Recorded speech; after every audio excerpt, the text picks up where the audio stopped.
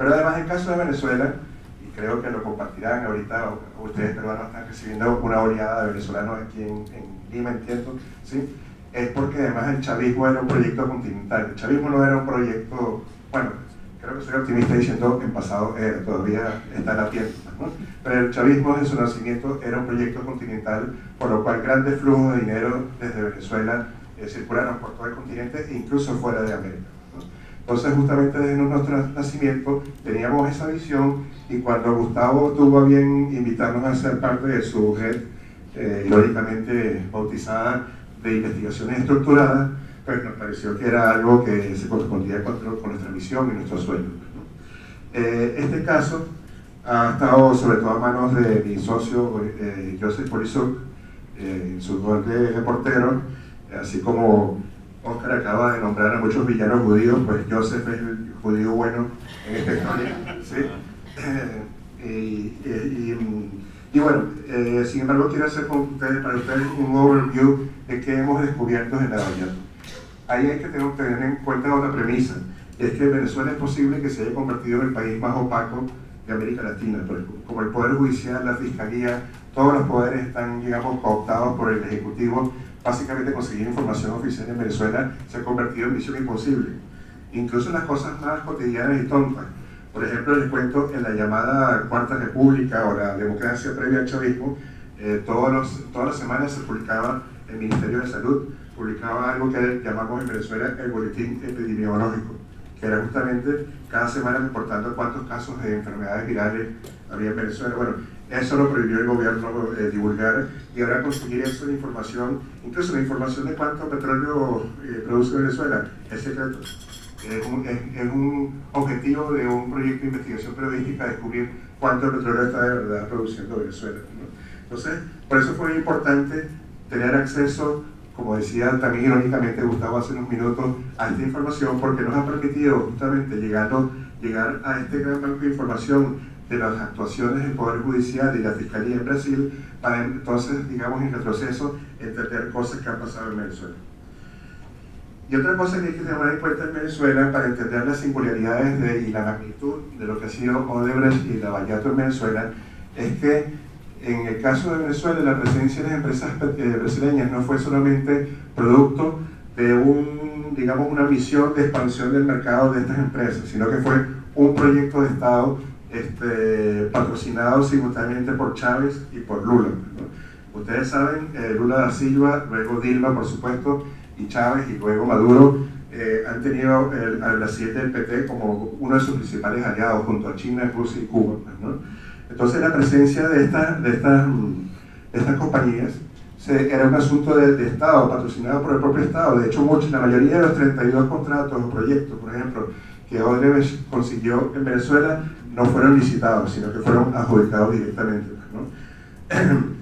Entonces fíjense que es tan así que, por ejemplo, en el año 2008, es la frase que vemos aquí arriba, ¿se acuerdan que Rafael Correa en su momento tuvo un conflicto con Odebrecht por Ecuador, por una empresa que estaba mal hecha, etcétera? Bueno, en el 2008 hizo el presidente Chávez esta declaración: Odebrecht es una empresa amiga y en Venezuela se ha portado extraordinariamente bien, ¿no? Eso fue justamente cuando Correa, aliado de Chávez, denunciaba la presencia de Odebrecht, que de hecho fue expulsada de Ecuador, ¿no? Y fíjense qué tan era una cuestión de Estado, que aquí tenemos otra cita de cuando Chávez y Lula inauguraron ese puente que ven al fondo, que es el segundo puente sobre el río Orinoco, que es el mayor río de Venezuela, y Lula vino a inaugurarlo en el año 2006, pues, ¿no? Entonces fíjense lo que dijo Chávez, para que vean cuál es su visión de la presencia de Odebrecht y las otras empresas brasileñas en Venezuela. Honorable señor Emilio Odebrecht, Marcelo Odebrecht, los dos estaban presentes también en esa inauguración, presidente de la empresa constructora Odebrecht, que ha dejado junto con nosotros esta huella para la historia. Imagínense esto con la voz de Chávez, si la han oído, no con mi débil y trémula voz, sino Chávez, ¿no? Para los siglos, para la integración, para nuestro Mercosur. Saludamos a Emilio, Marcelo, hermanos Odebrecht, y a todos, la directiva y los trabajadores de esta empresa, que ya no es solo brasileña, también venezolana. Permanentemente somos satanizados como si fuéramos enemigos del sector privado, y esta obra maravillosa ha sido hecha en alianza con el sector privado nacional, ¿no? Este sector privado era, por supuesto, Odebrecht en el caso de Brasil, y algunas empresas pequeñas venezolanas de lo que llamamos los boliburgueses. No sé si han oído esa expresión.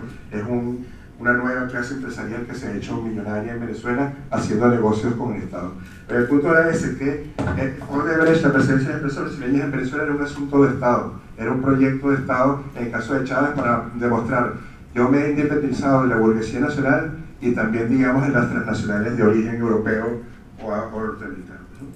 Pero, digamos, haciendo aquí un matiz, perdón, con respecto a lo que decía Gustavo hace unos minutos, fíjense qué diferencia entre la magnitud de la presencia de Odebrecht en Venezuela y la magnitud de otras empresas, ¿no?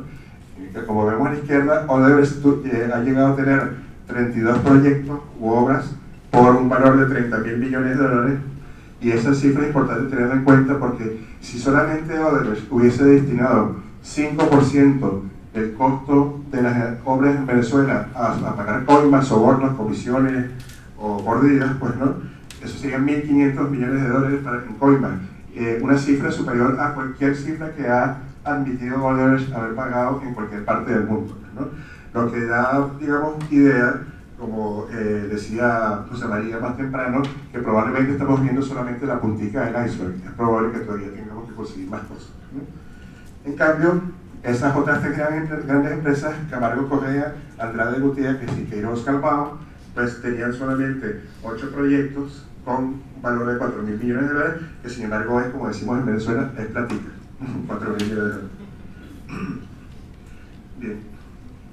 Sin embargo, con esta magnitud que les estoy comentando, ¿qué había pasado en Venezuela? Nada, pues, ¿no? De hecho, fíjense, cuando ustedes quizás recuerden, en diciembre del año 2016, Odebrecht y su brazo petroquímico, Braskem, llegan a un acuerdo con el Departamento de Justicia de Estados Unidos, y ahí confiesa haber pagado casi 1.000 millones de dólares en coimas en 12 países, ¿no? Y en esa lista que da Odebrecht, Venezuela está en segundo lugar, solamente detrás de Brasil, con 98 millones de dólares en coimas admitidas por Odebrecht en ese periodo, 2010-2014, fíjense, ¿no? 2010-2014. Odebrecht está desde los años 90 en Venezuela, pero en este plan, digamos, tan hegemónico, desde el año 2004 en Venezuela. Es decir, esos 98 millones que admite haber pagado en Venezuela Odebrecht, probablemente nuevamente sea solamente un segmento muy pequeño del total. Ok, entonces, como les decía, hasta abril de este año no había pasado nada con todo esto. Es decir, fíjense, el país de América Latina que después de Brasil con más proyectos en empresas brasileñas que estaban cartelizadas, como decía Gustavo. Sin embargo, no ha habido ningún tipo de acción judicial, ningún tipo de acción fiscal en Venezuela, ¿no? Pero fíjense que digo hasta el 2018. De hecho, nuestra primera publicación sobre el tema fue en abril de 2016, y fue un poco diciendo, ese es el titular, pero los invito a ver en garamanto.info todo esto que les voy a mostrar, que las constructoras de Brasil habían pasado agachadas en Venezuela. Es decir, mientras había el escándalo de Lavallato en Brasil y en otros países, en Venezuela no pasaba, a pesar de tener, en caso de Odebrecht, 30.000 millones de dólares en contrato. Pero, como les digo, eso fue hasta abril, hasta hace un mes, pues, ¿no? Y en el momento en el que pasó esto que les voy a mostrar, si la computadora me lo permite. Muchísimas gracias. Esto es el Salón Boyacá del Senado de Colombia, ¿sí? No es el Senado de Venezuela. Y esta es la fiscal general fugitiva de Venezuela. Para no desaprovechar el tiempo, no les explico por qué hay una fiscal fugitiva y por qué en el otro lado no lo ven, hay un Tribunal Supremo en el exilio. Pero, oiga. Y a la opinión pública colombiana, que están a la expectativa de este acto, en este solemne recinto de leyes, en este Congreso de la República de Colombia. Son 2 minutos, no se preocupen. En nombre del Estado venezolano, solicito formalmente la declaratoria de haber mérito para iniciar el enjuiciamiento del actual presidente de la República Bolivariana de Venezuela, Nicolás Maduro, ya que de la investigación preliminar adelantada por los fiscales del Ministerio Público surgieron serios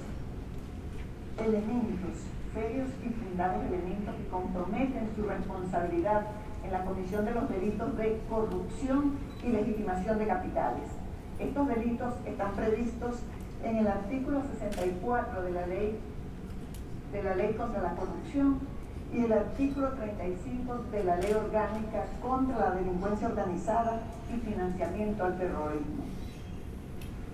Ahora bien, por cuanto los hechos están relacionados con la empresa Odebrecht, considero... Bien, no se dieron cuenta, pero en ese salón solemne del Senado colombiano, en unos bancos atrás, estamos Joseph y yo saltando de la alegría, porque era la primera consecuencia de todo el trabajo que hemos hecho sobre la Vallato, ¿no? Y aunque posiblemente esto termina siendo más que algo simbólico, fíjense, es una fiscal general en el exilio, frente a un tribunal supremo en el exilio, diciendo, esto es un paso que hay en la ley venezolana que es el antejuicio de mérito. Es decir, el momento en que el tribunal supremo tiene que decir que una autoridad tiene méritos suficientes para ser enjuiciado, ¿no? Pero en todo caso era la primera consecuencia, digamos, real del trabajo que nosotros estábamos haciendo, ¿no? De hecho, y lástima que se fue Gustavo, porque es algo que me hubiese gustado compartir con él, pues básicamente el alegato, ese video que empecé a pasar, tiene media hora. El alegato que hace la fiscal es básicamente la repetición de todo lo que hemos publicado nosotros en armando.info, ¿no? Sobre lo que ha sido las coimas, etcétera, de Venezuela, en la que está implicado el propio Nicolás Maduro, ¿no? Ahora bien, ¿qué hemos descubierto en este trabajo, repito, conjunto con la red liderada por IDL, Gustavo y Romina desde Lima? Pero primero hemos encontrado cosas que podemos llamar, que tienen que ver con el financiamiento de campañas políticas, ¿sí? Que además creo que es la historia que más se ha repetido en todos nuestros países, que es lo que fue una táctica o estrategia de Odebrecht y las otras compañías brasileñas exportadas desde Brasil, esa táctica que era entrar en momentos de campañas políticas y, digamos, poner fichas en todos los jugadores para asegurarse de que iban a tener contratos o de que sus contratos no iban a tener dificultades. La segunda área o el segundo tema en que hemos hecho hallazgos es en sobreprecios e irregularidades en obras, ¿no? Eso probablemente va a terminar siendo el flanco más importante, pero hoy día es el menos trabajado. De hecho, van a ver que de parte nuestra solamente hemos trabajado en 2 obras muy importantes en Venezuela en las que hemos encontrado prácticas irregulares, ¿no? Y en tercer lugar, una dimensión curiosísima que yo creo que no ha aparecido en otro país, que es de Odebrecht, las compañías brasileñas, siendo una especie de gestores políticos del régimen venezolano en Brasil. En cuanto al primer tema, ese que le llamé el financiamiento de campañas políticas y coimas, pues lo más importante sin duda ha sido las menciones que ha habido en esta serie de delaciones premiadas a Nicolás Maduro, ¿sí? Estoy aquí sintetizando y ya vieron en la presentación, creo que fue la de Gustavo, a esta parejita, ¿no? El señor Joao Santana y la señora, su esposa Marina Moura, grandes asesores de campañas políticas en Brasil, ¿no? Básicamente lo que ellos confesaron en su delación premiada fue que en la campaña de 2012, que fue la última en que el presidente Chávez participó, quizás algunos recuerdan, contra Enrique Capriles Radonsky como candidato de la oposición, y que gana en octubre de 2012 Chávez, 5 meses antes de morir. Lula y Odebrecht le aconsejan a Chávez que tengan como asesores en su campaña a esta pareja brasileña muy exitosa, ¿no? Y además convienen en que la factura de la asesoría de este par de empresarios brasileños costará $35 millones. ¿Sí? La factura es $35 millones, pero además convienen que van a hacer lo que llamamos en Venezuela una vaca, un pote, ¿sí? Esos 35 millones en las que el propio gobierno tiene que dar $10 millones y el resto lo tienen que dar las empresas brasileñas, ¿no? 5 minutos, Saúl. Eso me tenía, bueno, estoy ni por la mitad, te lo dije. Bueno, y para hacer el cuento rápido, espero que surja el interés de su parte de ver armando.info y ver los detalles, pues, ¿no? Lo que también ellos confiesan en su delación premiada es que Maduro, que es el momento del canciller de Hugo Chávez, paga los 10 millones que tocaba poner en la vaca por parte del gobierno, pero que lo hacen en cash, y que ellos tenían que ir a la Cancillería de Venezuela en Caracas a recibir los maletines con billetes de dólares para completar los 10 millones de dólares que el gobierno se había comprometido a pagar, obviamente desde fondos públicos de la campaña de Chávez, ¿no? Bueno, nada, incluso hay algo gracioso, ojalá me dé tiempo, que Chávez, una de las pocas cosas que exige Chávez en este acuerdo es que él no quiere hablar con alguien que no hable castellano. Y ni Moura ni Santana sabían hablar bien castellano, seguramente hablarían portuñol, me imagino, ¿sí? Entonces ahí logran que subcontraten a una empresa venezolana de un abogado muy cercano al chavismo que se llama Germán Estragar, que le pagan el 30% de toda la factura, o le prometen el 30%, para que haga solamente como tapadera de los asesores brasileños. Pero se ganaron unos 100 cuantos millones de dólares solamente por ni siquiera traducir, sino para hacer, digamos, las veces. Le iba a pasar aquí los comerciales de esa campaña de Chávez que los brasileños hicieron, pero creo que vamos a gastar tiempo de manera inútil y me van a ver feo los organizadores. Pero bueno, eso fue, para esa campaña los brasileños le crearon a Chávez un eslogan que era Chávez, corazón del pueblo. Y ese eslogan sirvió para muchos memes en Venezuela y muchas burlas, etc. Les iba a enseñar y si iban a reír, pero si no, es culpa. Prefiero que dejarla el enigma. ¿Sí? Bueno, y luego en otra delación muy premiada, muy importante, de Usenaldo Acevedo, que era como el virrey de Odebrecht en Venezuela, por 12 años fue el gerente general de Odebrecht en Venezuela. Él dice que en la siguiente campaña presidencial, la que recién muerto Chávez se hace en abril de 2013 para sustituirlo, y que finalmente Maduro gana por 1% de ventaja según los resultados oficiales, Usenaldo Acevedo dice que le dio 35 millones de dólares a esa campaña, la de Maduro contra Capriles Radonsky, y que incluso la primera petición había sido por 50 millones, porque Maduro pidió 50 millones y los brasileños dijeron, bueno, te doy 35, pues, ¿no? Y quedamos tranquilos así. Bien. Pero lo interesante, y ya lo había adelantado Gustavo, es que también sale la oposición. Usenaldo Acevedo dice en su delación premiada que ha entregado 15 millones de dólares también a la campaña del opositor, ¿sí? Ellos se aseguraban siempre de tener, digamos, unas fichas en un lado y una ficha en otro lado para que siempre quedaran bien parados, y cuenta cuál es el empresario que sirvió de enlace, y también cuenta, bueno, incluso cuenta anécdotas hasta coloridas de cómo este señor Acevedo visita en la casa Capriles Radonsky. Capriles solamente le invitó un vaso de agua, no le invitó más nada, sino un vaso de agua, y el señor Acevedo se siente un poco mal porque le dan solamente agua, pero sin embargo, para la guerra Capriles le dice que bien me siento cuando me está sirviendo el presidente de la República, le dice Usenaldo Acevedo a Capriles, ¿no? Este video es para mostrar que entonces, como decía Gustavo, a partir de esa revelación, Capriles nos empezó a atacar en los medios, a decir que éramos un portal de orígenes desconocidos y que quién sabe quién nos apoyaba, etc. Y bueno, de hecho, desde ese momento prácticamente él y su partido han roto relaciones con nosotros, no nos dan declaraciones, y media oposición venezolana nos odia porque publicamos esto sobre Capriles, ¿no? Pero de hecho nos odiaron mucho más porque lo que encontramos luego es que en las elecciones premiadas en Brasil aparecen muchos funcionarios del chavismo que recibieron coimas, pero también muchos funcionarios de la oposición que también recibieron plata de Odebrecht. Solamente me detengo para hablar de un personaje aquí que es Diosdado Cabello, a lo mejor lo han oído, es el número 2 del chavismo, vicepresidente del PSUV, del partido oficial, pero probablemente es el hombre más odiado de Venezuela, pues, ¿no? Yo creo que en el imaginario de oposición esta es la peor persona que puede haber, ¿no? Y en el celular de Marcelo Odebrecht consiguen una especie de mensaje que Odebrecht dice si habrá que pagar a Diosdado. Diosdado no es un nombre muy común en castellano, pues, ¿no? Entonces, bueno, es una pista adicional de que probablemente recibió dinero. Bueno, verán que estoy saltando.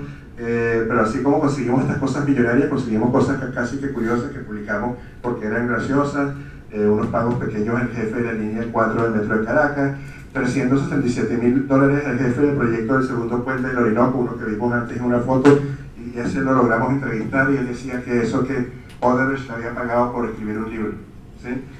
Santiago, que es un autor aquí de éxito que argentino, no sé si ha cobrado $377,000 por un libro, pero bueno, hay gente que tiene suerte en la vida.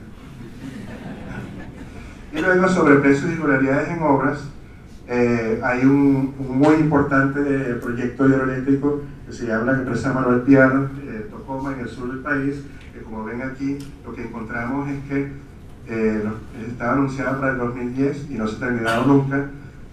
Su precio inicial era 3.000 millones de dólares y ya se han gastado 10.000 millones de dólares en esa empresa y no se ha terminado. De hecho, si la van a ver, hay como unas especies de columnas en un río y 3 de 10 turbinas abandonadas en una parte del sur de Venezuela, ¿sí? Y además, lo más interesante, y trato de explicárselo rápidamente porque es un poco complejo, lo importante de esta investigación en Tocoma es que descubrimos un mecanismo por el cual Odebrecht, no solamente Odebrecht, sino también Pescarbona, una empresa argentina que también estaba ahí participando, etc., descubrieron un juego financiero por el cual presupuestaban sus obras en dólares, 80% en dólares y 20% en bolívares. Pero esos bolívares luego los cambiaban a la tasa oficial en Venezuela, que es como 100 o 200 veces menor que la tasa en el mercado negro.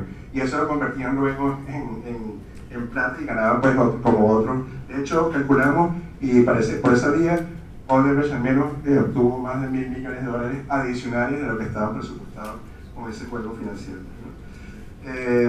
Luego conseguimos también de un proyecto que era para construir cuatro plantas de etanol junto a ingenios azucareros expropiados por el Estado de Venezuela, pues no, pero ninguna de esas plantas se completó, se pagaron los 550 millones de dólares y el presidente de ese proyecto era el tío de Rafael Ramírez, que fue un hombre muy poderoso en Venezuela, presidente de PDVSA, ministro del petróleo, y en algún momento se pensó que del fin del propio Chávez. Y ya faltan solamente 2 amiguitas, y la lástima que tuve que copiar muchas cosas, pero y luego está algo muy interesante, a mí me parece apasionante. Romina, que con nosotros ha compartido el proyecto, sabe que esto fue algo muy particular de Venezuela, que es que encontramos que además Odebrecht fue una especie de gestor político de Chávez, ¿no?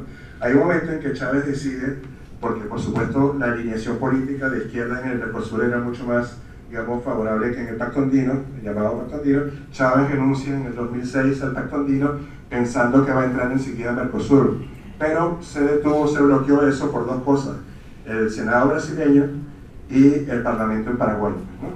Entonces en el 2009 el propio Marcelo Odebrecht pone plata y hace un comité donde está él mismo para convencer a los miembros del Comité de Relaciones Exteriores del Senado brasileño de que aprueben la entrada de Venezuela al Mercosur, pues, ¿no? Y de hecho recluta a 3 importantes senadores del PT, del Partido de los Trabajadores, logra convencer al presidente de la comisión, que era de oposición, y logra una promesa de que yo no voy a hacer más esfuerzos por bloquear eso, pues no, y bueno, finalmente logra que el Senado apruebe, y eso lo hace Odebrecht para hacer, digamos, un favor al presidente Chávez.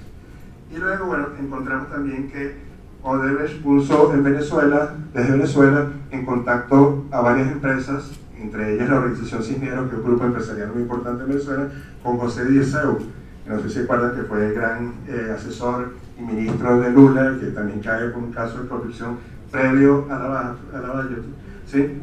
Porque entonces Dirceu cobraba por interceder ante Chávez y decirle, por ejemplo, Cisneros tenía el temor de que Chávez, que acababa de sacar un gran canal de TV, STV, Cisneros tenía miedo de que también hicieran lo mismo a Venevisión, que es su imagen y su canal en Venezuela, ¿no? Entonces Dirceu intercedió ante Chávez para que por favor, pues no vayas a sacar este canal de televisión.